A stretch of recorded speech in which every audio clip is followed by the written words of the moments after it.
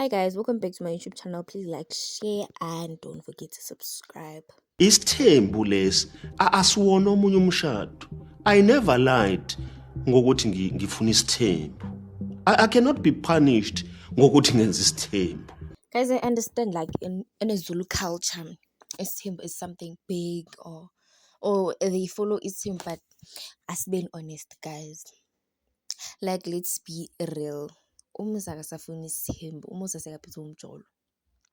Sekaphethe umjolo cause unabo abafazi and already wabapromise ukuthi angeke asashada umuntu. Nakambali ukuthi ngeke usamthatha omunye wathi yes. So indaba kaMbali ukuthi abe uMbali uMangwabi, guys.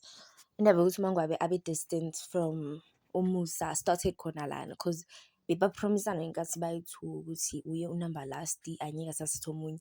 Maye seyajika indaba sokuthiwa kuzothatha omunye. And then manje uMbali sekafuna ukubheka off yena cause akasayiboni right lento. And then uMayeni continue to ask uMusa ukuthi kahle kahle yini oshoda ngayo, yini thina esingakunikeze yona leyo oyifunayo ku-number 5. And uMusa started to use uMakhumalo as a scapegoat. Because I mean bonke labafazi laba, okay, except for uMakhumalo, bonke laba bayi-3 bakhona banabantwana, and it's not like none of them abanabantwana babafana.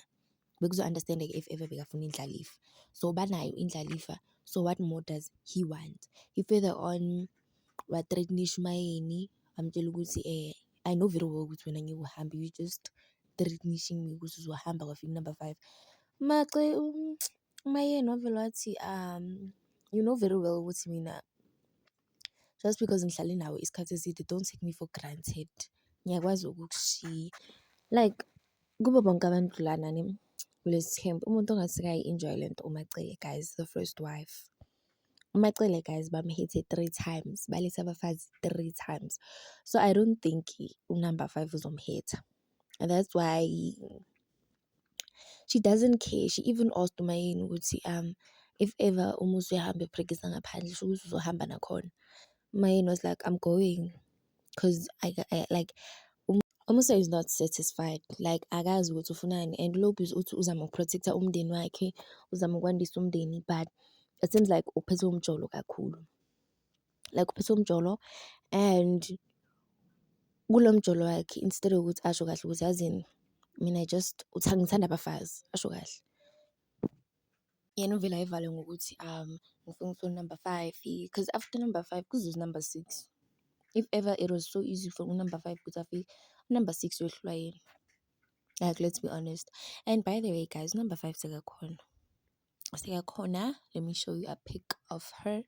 And it is alleged ukuthi number 5 is 25 years old, into KG.